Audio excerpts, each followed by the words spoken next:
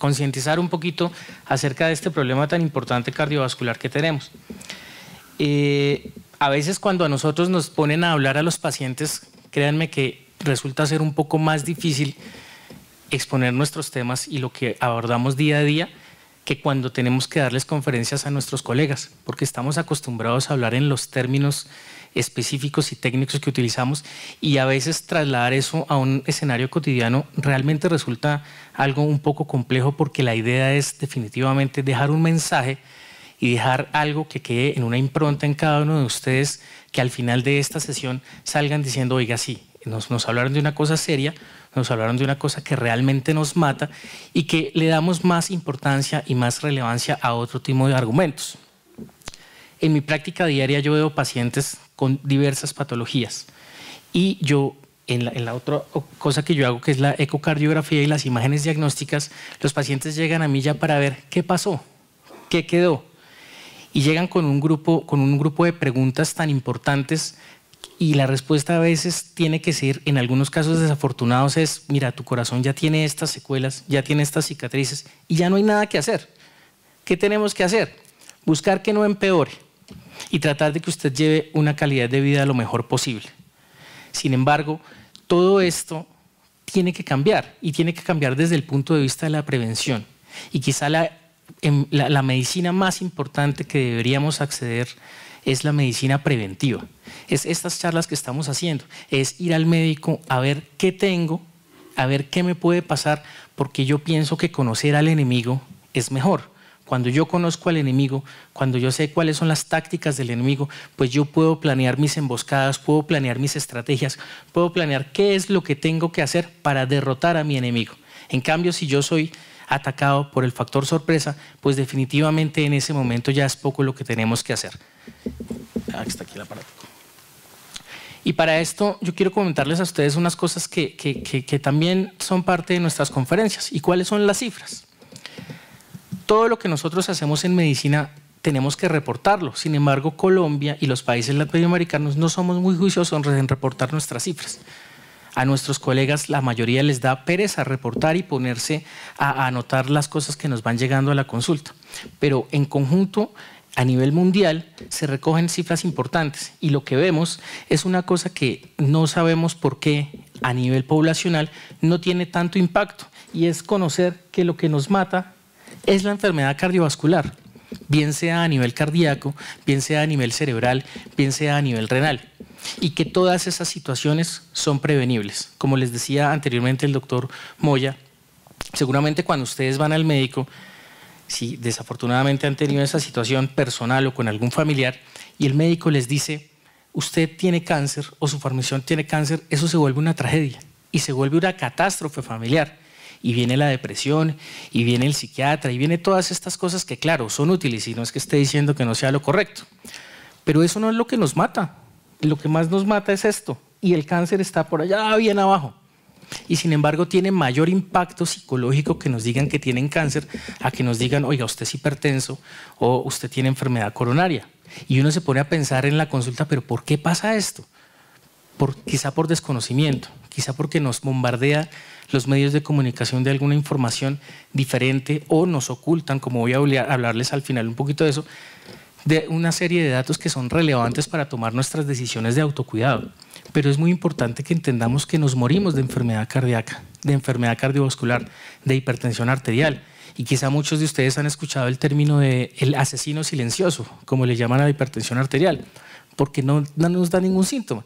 Cuando la hipertensión nos avisa, ya es porque estamos en una sala de reanimación con un pocotón de cables o un tubo en la boca porque me infarté, porque tuve una ACV, y ahí sí nos preocupamos y el familiar sale: y no, ahora sí me voy a poner juicioso, situación que dura 6 meses, cuando ya se sintió mal, volvemos y retomamos nuestras conductas. Cuando son situaciones que podemos cambiar. Muchas veces yo a mis pacientes, esos pacientes que son tercos, que uno dice: bueno, pero este hombre, ¿por qué vuelve? Si le digo, tiene que hacerse el control, tiene que bajar el colesterol, tiene que modificar la dieta, tiene que tomarse estas pepas, y vuelve y sigue así, y no se toma el medicamento, no hace las recomendaciones. Yo al final le digo: mire, usted es hipertenso, usted es diabético, usted tiene el colesterol alto y no se cuida. Si lo que usted quiere es suicidarse, lo felicito, lo está haciendo perfectamente. Y el paciente abre los ojos y, pues, ¿cómo así? Yo les digo, pero es que eso es lo que usted está haciendo, porque sabemos el problema, tenemos la solución y usted no lo hace, pues la conclusión, usted lo que quiere es morirse. Entonces, si eso es lo que usted quiere, va muy bien. Y eso es una forma ya al final muy agresiva de decirle, hombre, mire, lo que usted está haciendo está absolutamente en contra de lo que todos queremos, que es vivir sanamente.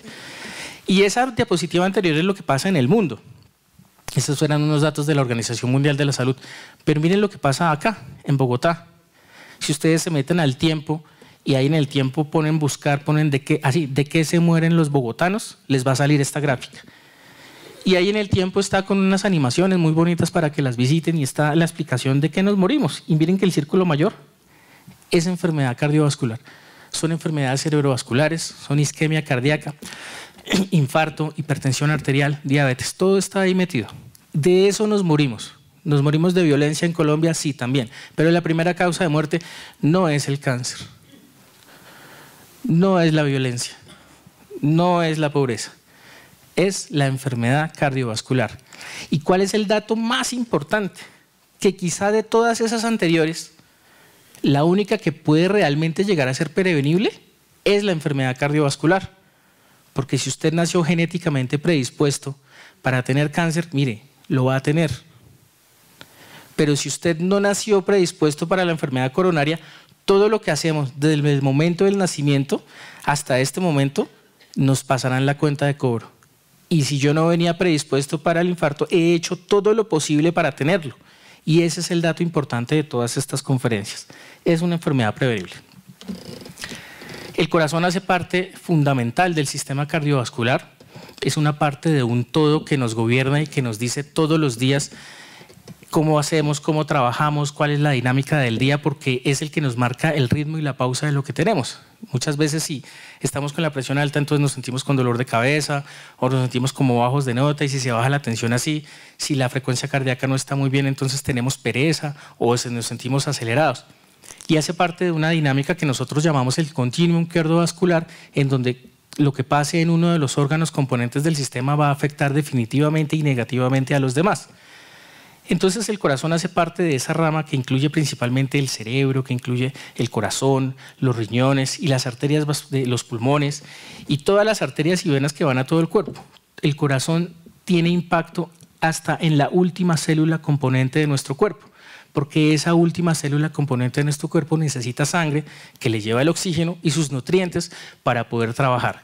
Entonces es el componente fundamental de un sistema que específicamente nosotros en cardiología abordamos desde el punto de vista cerebral, cardíaco, pulmonar y renal, siendo él entonces el protagonista, porque él es el que además bombea para que todos esos órganos funcionen. Porque si el corazón no funciona, pues no hay otros órganos. Un ejemplo muy sencillo pero dramático es el caso de los pacientes que están en muerte cerebral. El cerebro no funciona, pero si el corazón está ahí, el resto de los órganos siguen trabajando y pues nos sirven hoy en día para las campañas de donación y todas estas cosas, pero si el corazón dejó de funcionar, pues sí, definitivamente no hay nada. Por eso pensamos que es una de las herramientas, las partes fundamentales del sistema cardiovascular. Y específicamente para el tema de la charla de hoy, el corazón también necesita sus nutrientes, o sea, el corazón debe suplirse también de sus propias necesidades y eso lo hace a partir de las arterias coronarias. Básicamente son dos arterias que tienen ramificaciones y tienen un problema, y es que son muy pequeñitas. Son arterias que tienen 5 milímetros de diámetro y corticas, 8 a 10 centímetros de largo. Entonces son tan pequeñitas para nutrir un órgano tan importante que tiene impacto hasta en la última célula de nuestro cuerpo. Entonces, si entendemos esa situación, cuidar estas arterias pues se hace fundamental. Y lo que les voy a decir hoy en este momento hace referencia al infarto, porque la charla es por qué nos infartamos. Pero tengan en cuenta que esto aplica para el cerebro, aplica para el riñón, aplica para el pulmón, aplica para el hígado, aplica para el páncreas, aplica para absolutamente todo. Y lo que pasa es que hemos cambiado desde el momento de la creación, desde el momento en que nacemos y del momento de la historia evolutiva de la raza humana hasta el día de hoy. Hace millones de años nosotros teníamos que cazar, entonces teníamos que salir a buscar, a cazar nuestro alimento y seguramente teníamos que salir corriendo porque nos va a cazar a nosotros. Entonces el ejercicio era fundamental, era una actividad física enorme para consumir el alimento y para protegernos. Y eso hacía que nuestro consumo calórico fuera bastante alto. Y eso hacía que en ese momento las enfermedades cardiovasculares casi no existían. En ese momento la mortalidad era por otras cosas, por infecciones y por otras enfermedades que seguramente en su lugar no tenían control, pero ahora esto ha cambiado. Y entonces ahora tenemos antibióticos, ahora tenemos quimioterapia, ahora tenemos inmunomoduladores y un pocotón de medicamentos para toda la cantidad de enfermedades que hay y podemos sortear con esas enfermedades. Pero al final, ¿de qué nos morimos entonces ahora? De enfermedad coronaria. Porque tenemos más años de vida, luego nuestro sistema cardiovascular está más expuesto a este tipo de cosas. Incluso hoy una de las cosas que más me apasiona en este momento en mi oficio es el tema de por ejemplo, la cardio-oncología. Y entonces va con lo que les decía, les decimos a los pacientes que tienen cáncer, se asustan, van a todas sus cosas, ahí sí van al médico, ahí sí van a los controles. Y afortunadamente hoy en día si consultamos en la mayoría de los escenarios del cáncer y a tiempo nos curamos, pero nos morimos de la enfermedad cardíaca. ¿De qué se mueren hoy las personas con cáncer? De enfermedad cardiovascular. Porque resultó que combatimos eso, pero nos olvidamos de esa parte. Entonces la cardio-oncología ahora viene a rescatar, listo, ya lo salvamos del cáncer, ahora venga que acuérdese que el corazón está ahí detrás sufriendo por todo lo que está pasando. Y nos volvimos sedentarios y no hacemos ejercicio y no tenemos actividad física y como lo veríamos también hay una evolución del tamaño del computador con respecto a la evolución humana. Y esta es una gráfica bien importante y es lo que pasa en el día a día. Miren el señor cuando empezó a usar el computador, miren el tamaño del computador. Hoy en día el computador lo cargamos en el bolsillo de este tamaño y miren el tamaño del paciente. Y eso es lo que ha pasado. Y esa ha sido la evolución y el impacto que ha tenido la tecnología en nuestra calidad de vida. ¿Y qué es un factor de riesgo? ¿Qué es lo más importante? Un factor de riesgo es algo que nos condiciona para que algo suceda. Entonces, si yo conozco el enemigo y si yo sé que tal conducta o tal situación es un factor de riesgo pues la palabra que utilizo yo aquí al fondo se llama inteligencia. Porque ¿cómo se llama a que yo sepa qué es lo que me mata y no lo ataco? Pues yo creo que sería un antónimo de ser inteligente con respecto al conocimiento del cuidado de mi salud. Entonces tenemos que ser responsables, pero también inteligentes, porque se nos ha dicho, ojo con el azúcar, ojo con tal y tal cosa que ahorita lo vamos a explorar. Y si no lo hacemos, pues entonces tenemos que poner en duda la inteligencia de nosotros con respecto al cuidado de nuestra salud. Esa es una cosa muy importante. Y esos factores de riesgo a nivel cardiovascular pues impactan de manera negativa. Y son un conjunto de muchas situaciones. Con unos de ellos tenemos oportunidad de hacer algo, factores modificables. Y hay otros con los que definitivamente no podemos hacer nada. Y básicamente hace referencia a los temas hereditarios, a los temas genéticos, a esa carga genética con la que venimos. A veces yo le digo a los pacientes en una situación muy particular y es que es el colesterol alto y terriblemente alto y dice, hombre, doctor, pero y yo veo, el paciente es delgado y me dice, pero yo hago ejercicio, pero mire, me falta es comer solo pasto. Y entonces yo les digo, entiendo tu situación, pero hay unas situaciones, el título pues, de eso es dislipidemia familiar y es, si su familia tiene dislipidemia, si su papá sufre de colesterol alto, si sus tíos lo tienen, si su abuelo lo tiene, así usted coma pasto, su colesterol será alto. Y viene mi siguiente frase, ¿cómo hacemos para cambiarle el color de los ojos? Imposible. Esas son cosas que vienen con uno y que no podemos modificar. Afortunadamente de la lista son solo unas 3 variables. Fumar, pues es una cosa que va en contra de nuestra vida desde cualquier punto de vista. ¿Ok? El alcohol, pues ya lo vimos, es un factor de riesgo cardiovascular, aumenta los niveles de colesterol, aumenta la tensión arterial y hay una cosa detrás de ella y es cómo nos va haciendo producir una disfunción hepática y en el hígado es donde se produce todo el tema del metabolismo de colesterol, entonces por eso termina siendo un factor de riesgo supremamente importante.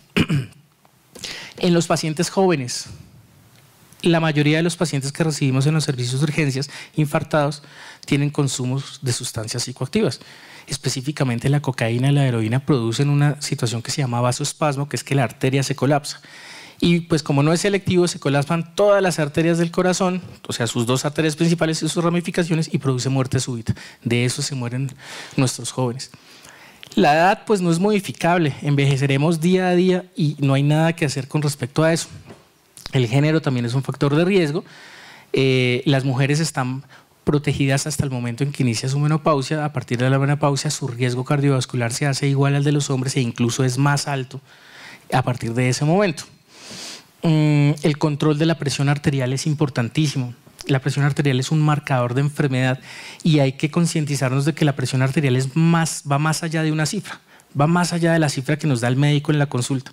La tensión arterial nos daña día a día nuestras arterias, nos daña día a día nuestros órganos, nos daña nuestra capacidad cognitiva, nos daña la capacidad de ejercicio, nos daña la capacidad pulmonar, nos daña el riñón, nos produce disfunción eréctil, nos produce alteraciones de la capacidad para tolerar el ejercicio, produce muchísimas cosas que van más allá de solamente tener una cifra. La obesidad es un factor importante, no me voy a detener en ello porque ahorita tenemos una conferencia de eso, pero es importante prestarle bastante atención a esa situación. Y muchas veces vamos al nutricionista y el nutricionista hace un trabajo pues, muy bueno con respecto a orientarnos, pero personalmente yo pienso que a veces nos dan es una lista de chequeo y nos dan la lista a todos y nos dan la misma lista para todos. Afortunadamente hoy en día hay otras especialidades, como lo vamos a ver ahora, donde así seamos hermanos, así tenemos la misma constitución, mi dieta es diferente a la tuya y a la de cada individuo. Y hay que meterle más variables, por ejemplo, si es diabético, por ejemplo, si es hipertenso, por ejemplo, cómo es su familia, cómo ha sido el desarrollo de su vida. Son muchas variables que hay que meter y desafortunadamente ese tipo de consultas pues no están incluidas en nuestras EPS, entonces si podemos ir a tener consultas de nutriología, que hoy en día son médicos que se dedican a esa parte, pues nos van a enfocar un poco mejor con respecto a eso. Y con respecto a la historia familiar, pues no podemos hacer nada. Seremos imagen y semejanza en algunas enfermedades de nuestros padres. Para bien en algunas cosas, afortunadamente, pero para mal desde el punto de vista de la enfermedad cardiovascular. Al final nosotros lo que hacemos en la consulta cuando ustedes llegan es hacer un interrogatorio en donde yo lo que voy es a tratar de capturar variables de esas que hemos hablado. ¿Cuántos años tienes? Pues el sexo es evidente, si es que masculino, femenino, miramos cuál es el colesterol, cuál es el HDL, cuál es el LDL, miramos el peso, miramos el índice de masa corporal y aplicamos unas tablas. Esas tablitas las tienen ustedes ahí en el formato que tienen en sus manos. Basado en esos formatos nosotros establecemos el riesgo que tiene cada individuo de tener un evento cardiovascular mayor o de morir por una enfermedad cardiovascular. Y desde ahí diseñamos qué tan agresivos tenemos que ser nosotros con el manejo de la enfermedad que ya se ha establecido. Pero como les digo, si somos inteligentes y vemos esos factores de riesgo, entonces lo que tenemos es que empezar a trabajar en cada uno de ellos, no para saber qué tan agresivos tienen que ser conmigo en el tratamiento, sino cómo voy a empezar a partir de hoy a combatir cada uno de esos factores de riesgo para que no me le pongan el chulito en la próxima vez que yo vaya responsablemente a hacerme un mantenimiento sin necesidad de que tenga un síntoma para que tenga que ir al médico. La medicina preventiva es lo más importante. Y basado en esos factores de riesgo, entonces nosotros le asignamos a cada paciente un puntaje y empezamos a trabajar en eso. Y para efectos prácticos de todos esos factores de riesgo y de todo lo que hacemos y lo que fumamos y lo que nos comemos y el ejercicio que no hacemos, viene una cosa que es el gran protagonista de esta situación, ya desde el punto de vista netamente fisiológico, es decir, de cómo se produce la enfermedad. Y el gran protagonista es la placa de ateroma. La placa de ateroma es esa situación que nos obstruye la tubería del corazón. Entonces, el corazón se nutre a partir de las arterias y esas arterias son unos tubos y esos tubos tienen un tapete. Ese tapete que hoy por hoy sabemos que es el órgano más grande del cuerpo y que seguramente no han escuchado esa palabra, o por lo menos no la mayoría, es el endotelio. El endotelio es el órgano más grande de nuestro cuerpo. Y es ese tapete que cubre todas las arterias de nuestro cuerpo. Y ese tapete pues se va dañando poco a poco y va generando, digamos, unos turupitos para que nos entendamos todos. y esos turupitos en un tubo que no cambia su diámetro de 5 milímetros, pues van haciendo su brecha y van empezando a hacer una serie de cambios poco a poco. Quizá esta es una arteria. Uy, el doctor Moya me prestó uno, o se lo daña el doctor Moya. La arteria empieza a lesionarse desde el momento en que nacemos, y cada vez que hacemos una nueva introducción de un nuevo factor de riesgo, el mecanismo va cambiando. Empieza una cadena de eventos en las que va progresando la enfermedad y va al mismo tiempo disminuyendo el tamaño del vaso, la luz del vaso, es decir, el camino por donde pasa la sangre, hasta que llegamos a ese último punto que vemos ahí en la imagen, que es cuando la arteria finalmente quedó absolutamente obstruida, el vaso no permite pasar la sangre, al corazón no le llega sangre y viene nuestro problema. Entonces el corazón es una bomba que bombea sangre a todas las partes de nuestra economía, a todas las partes de nuestro cuerpo, y lo hace a través de las arterias. Las arterias coronarias son unos tubos pequeñitos. A través de esos tubos viajan las células hemáticas y muchos nutrientes, incluido el oxígeno, que se fija a ellos, y van por ese caminito. Ese camino nosotros tenemos que protegerlo día a día. A medida que vamos teniendo impacto en ellas, miren ustedes, lástima que no tengo el señalador, hay esa lineecita blanca que va apareciendo ahorita en un momento, se va a ir aumentando y aumenta, ahora cambió a color amarillo y aumenta, y con su aumento va disminuyendo la luz del vaso, y a medida que va aumentando la obstrucción, el tamaño de la lesión también va aumentando y la velocidad del flujo a través de las arterias va a disminuir y la cantidad de sangre que pasa por esas arterias va a disminuir. Al comienzo las arterias con sus ramas son capaces de compensar lo que pasa en un territorio, pero llega un momento en el que ese mecanismo compensatorio deja de pasar y aparece esa zona morada, oscura o casi negra que ven ahí, que es el lugar en donde finalmente no llegó la lesión. La sangre, esa placa se rompe, y como cuando nos cortamos, cuando nos caemos, ustedes ven que inmediatamente sale como una arenilla, y después de unas horas esa arenilla se volvió una costra, y esa costra queda taponando la lesión. Esa costra es el trombo que tapó la arteria, finalmente lo obstruye, la sangre no pasó, se cortó el flujo y viene entonces la lesión, y es en ese momento cuando tenemos los síntomas en el pecho, el dolor, la dificultad para respirar y una serie de cambios ahí que son importantes. Y así es como se producen los infartos. Entonces, ¿cómo se producen los infartos? Con lo que hago yo desde el primer día de mi vida, desde el momento del nacimiento. A partir de ese día empieza a producirse un infarto y dependerá de mí si dejo que me dé o no. Y es a través de esos mecanismos de obstrucción. Entonces, yo me permití tratar de acomodar un poquito de cómo se define un infarto. Pues es la muerte de las células miocárdicas debido a una isquemia. ¿Qué es isquemia? Isquemia es un término que nosotros utilizamos para hacer referencia a una disminución del aporte del oxígeno. Es decir, entonces, el infarto se produce cuando no le llega oxígeno a la célula. ¿Y por qué no le llega oxígeno a la célula? Porque el tubo por donde pasa la sangre, como lo vimos, se tapó. ¿De qué se tapó? De una placa de ateroma que se produce por todo lo que dijimos de antes como factores de riesgo. Se caracteriza por la muerte de una porción de músculo cardíaco que se produce cuando se obstruye. Entonces, esa célula cardíaca a la que no le llegó oxígeno se muere, deja de funcionar y nos queda una cicatriz allí.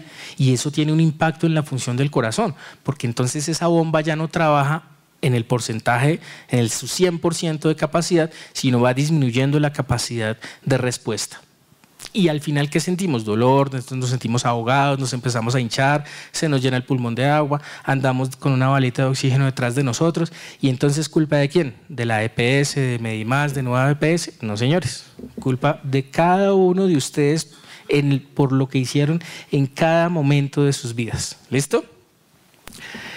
Y si se suprime el oxígeno por tiempo prolongado, pues el tejido se muere. Y lo que pasa es que desafortunadamente no se regenera.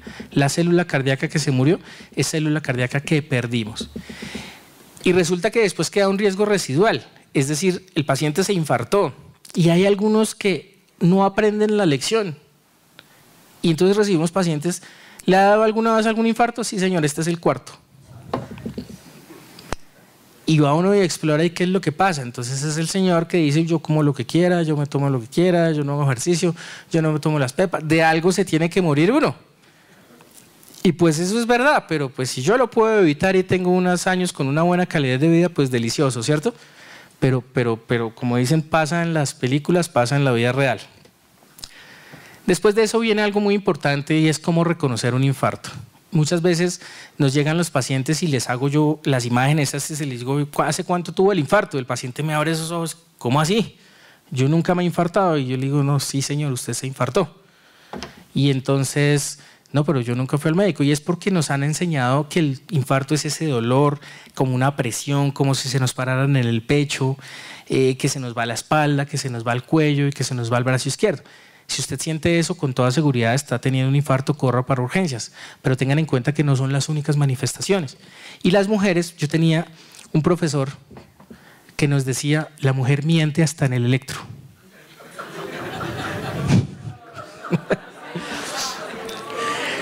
El profesor nos decía eso porque la mujer tiene un infarto, uno va y le hace el electrocardiograma y el electrocardiograma está normal. Pero la señora se está infartando. Y fuera de eso, la señora no tiene todos estos síntomas. A las mujeres, claro, les puede dar eso mismo, no significa que no les dé, pero generalmente tienen un mareo o tienen una inestabilidad. O, mijo, mire, es que estoy sudando, pero como frío, corra. O le dolió el cuello, no tiene las manifestaciones floridas. Y eso le pasa también a los pacientes diabéticos o a todos los pacientes que tengan una enfermedad neurológica, una lesión que altere su sensibilidad. Si alguno de ustedes es diabético, ojo, porque los síntomas clásicos del dolor no los va a tener, porque el dolor es una percepción que también va por vía nerviosa. Y si yo tengo una enfermedad que me altera esa percepción que va por vía nerviosa, pues no voy a sentir ningún tipo de dolor, incluido el dolor del infarto. Entonces, ¿qué siento? Me mareo. O ese desmayo que tuve, no, es que estaba mi hijo en la iglesia, me paré y me dio un mareíto y volví y me senté. ¿Y qué hizo? No, me tomé una agüita de hierbas. Y resulta que ese era el infarto. Entonces, todas esas situaciones son importantes de reconocer. También el ardor en el estómago, la epigastralgia. Si yo comí algo y me cayó mal y estoy seguro de que es así y me tomo un antiácido y se me pasa, pues eso no es nada. Pero resulta que yo ando por ahí y me dio un ardor, me dio una molestia aquí en el epigastrio, que es la parte superior del abdomen. Ese también puede ser un síntoma. Entonces es una enfermedad que tiene muchas caras, y como tiene muchas caras y yo no soy experto en eso, hablo del paciente, pues ¿qué es lo mejor que tengo que hacer? Ir a consultar, buscar una forma de que me vean pronto. Así es de que hay que acudir a urgencias, hay que pedir ayuda y hay que contactarse a los servicios de emergencia, que aquí en Colombia es el 123, y eso es lo que hay que hacer. ¿Por qué? Porque nosotros utilizamos una premisa en cardiología y es el tiempo es miocardio. Es decir, entre más rápido llegue usted al hospital cuando tenga un infarto, más yo como médico voy a poder hacer algo por ustedes. Incluso podemos llegar a revertir el daño total. Pero por el contrario, si nos demoramos, si tomamos el pelo, si no, mijito, eso no es importante, no, eso después, eso para qué si estamos en el almuerzo, para qué vamos a dañar la reunión, frase de mi mamá. Entonces, no le ponemos atención a la situación y cuando llegamos, pues ya no hay nada que hacer. ¿Ya qué tenemos que hacer? Rehabilitación. Y pues la rehabilitación es muy importante, pero la podemos evitar simplemente consultando tempranamente. Entonces, rápido para el hospital. ¿Qué podemos hacer para evitarlo? Controlarse. Hay que hacer un control médico, hay que hacer un chequeo. Así usted no sienta nada. Hombre, las maquinarias se dañan. Como decía el doctor Moya, el carro se daña, el corazón se va dañando, se va lesionando y podemos empezar a ir haciendo cosas para evitar que saque la mano. Hay que hacer ejercicio. Hay que hacer ejercicio por lo menos 4 veces a la semana, por lo menos 30 minutos. Ejercicio aeróbico, es decir, la banda, es decir, la elíptica, nadar. Después ya para de un tiempo y de unos años levantar pesas ya no es un buen ejercicio. Ya por ejemplo eso empieza a tener un factor de riesgo importante porque cuando levantamos pesas dejamos de respirar un poquito y entonces fuera la arteria está tapada y fuera de eso estoy haciendo ejercicio, mi frecuencia cardíaca está más alta y fuera de eso yo dejo de respirar, que es como meto oxígeno, entonces pues estamos haciendo un ejercicio pues al revés, que va en contra de lo que necesitamos en ese momento. Mantener una dieta saludable. Eso es importantísimo, no me voy a detener en eso porque ahorita lo van a mencionar. El control de la obesidad es importantísimo. Modificar lo modificable y tener cuidado con el estrés, porque es que el estrés es una causa muy importante y sobre todo en nuestra sociedad, en nuestra ciudad, con nuestros gobernantes. Seguramente todos estamos expuestos permanentemente al riesgo del estrés. Porque es que la obesidad es una enfermedad prevalente, es una enfermedad que está en todo el mundo, es una enfermedad que va a acabar con la población mundial. Cuando me llegan los pacientes a la consulta y nuevamente ese paciente obeso, ese paciente hipertenso, con dislipidemia y tuvo un infarto o tuvo una isquemia cerebral, yo les pregunto, ¿cuál es su enfermedad más grave? Los pacientes se quedan pensando y me dice, uno me contesta la hipertensión, el otro me dice, no, el infarto, el otro me dice el ACV. Le digo, no, ¿cuál es su enfermedad más grave? Y empiezan a patinar ahí. Mire, su enfermedad más grave se llama obesidad. Y es que la obesidad es una enfermedad mortal. Y es la principal causa de muerte, porque es que la obesidad produce enfermedad cardíaca, produce enfermedad cardiovascular. Y si lo sumamos con las imágenes que hemos visto, pues sabemos de qué nos morimos. Pues de lo que más nos produce enfermedad cardíaca, y la obesidad nos lleva allá. Eso del gordito saludable, eso no existe. Eso no es. Esos son temas y mitos de la comunidad que tenemos que erradicar. Y de esa obesidad, miren que es una cosa importantísima. Y si ustedes leyeron hoy el periódico antes de venirse para acá, se dieron cuenta que ayer hubo un debate bien candente en el Congreso porque nos están prohibiendo hacer publicidad en contra de las bebidas azucaradas y de la comida chatarra, porque las empresas como Postobón y Coca-Cola y P&G están estresados porque se les van a bajar sus ventas, porque estamos diciéndoles no les den de eso a los niños, no les dé jugo HIT que dice saludable, no les dé todas esas bebidas, no les dé cereales que nos venden como cosas sanas. Y resulta que los niños se están volviendo obesos, los niños se están engordando, los niños se la pasan en internet y viendo. Mire, el 17.1% de los niños y adolescentes en Colombia tienen ya problemas de sobrepeso y el 51% de los adultos en Colombia son obesos. O sea que la obesidad es una enfermedad, el término es prevalente en nuestro país y todos tenemos potencial riesgo de ser obesos. Esta es la cantidad de tiempo que nuestros hijos le están dedicando a la televisión y al internet y al celular. Y resulta que hay 3.7 millones de niños menores de 5 años en América Latina que tienen sobrepeso. Por eso, ¿cómo tenemos que actuar? Y una cosa es el mensaje final que yo les quiero dejar es, una cosa es ustedes ya son adultos, ya tienen sus riesgos y ya de pronto tienen sus enfermedades instauradas, pero tenemos hijos o tenemos nietos. Y han escuchado en 2 conferencias que nos dicen que la enfermedad coronaria empieza desde el momento en el que nacemos. Y hemos visto en varias diapositivas que la enfermedad cardiovascular va a aumentar y que la carga de enfermedad cardíaca que se espera a futuro es mayor y es altísima. ¿Y por qué se sube tanto esa relación? Porque nuestros hijos se están volviendo obesos. Entonces, además de comprarles lo que quieren y lo que les gusta y de consentirlos, pues tenemos que empezar a darles el consentimiento mayor. Y por allá mi esposa me debe estar diciendo, sí, ve usted que es el que le compra Coca-Cola a la niña, usted que es el que no sé qué. Y en estos días me ha tocado el tema porque las cifras están preocupándonos. Y lo que tenemos que hacer entonces en este momento para los temas de obesidad a futuro es eduquen a sus hijos. Eduquen a sus hijos y a sus nietos. Y tenemos herramientas. Anoten esas páginas, yo veo a algunos que están ahí tomando apuntes. Siéntense a ver esas páginas en internet con sus hijos. Hay una campaña en este momento que la han escuchado en medios de comunicación, hoy, ayer, todos estos días, que se llama nocomamasmentiras.org. Ahí es donde les están diciendo, hombre, mire, no le dé a su hijo cereal, no le dé Kellogg's, no le dé muesli, no le dé todo eso que esas empresas les dicen es maravilloso. Documéntense y no lo hagan. Y es tan importante este tema, miren, si para los niños existe Superman y Iron Man y la Mujer Maravilla, para los cardiólogos existe Eugene Braunwald y Valentín Fuster. Esos son los 2 cardiólogos que son los héroes de nosotros los cardiólogos. Son lo más. Todos cuando niños los cardiólogos queríamos ser Eugene Braunwald o Valentín Fuster. Hace unas semanas lo tuvimos aquí en Bogotá y lo hemos tenido varias veces acá. ¿Qué ha hecho este hombre? Promovió una alianza de uno de los mayores colegios médicos que se llama el Colegio Americano de Cardiología con Plaza Sésamo. Y les dijo a los de Plaza Sésamo, mire, ustedes son el programa infantil más visto en el mundo, en todos los idiomas. en todas las culturas, en todas las religiones. Eduquemos a los niños a través de esa plataforma y los ponen a ver Plaza Sésamo. Y después de que lo vean, cuando vayan a hacer mercado, lleven la imagen de Plaza Sésamo y hagan mercado pensando en eso. Y saquen esas cosas de su casa y denle ese beneficio futuro a sus hijos y disminuyamos esas estadísticas. Muchas gracias.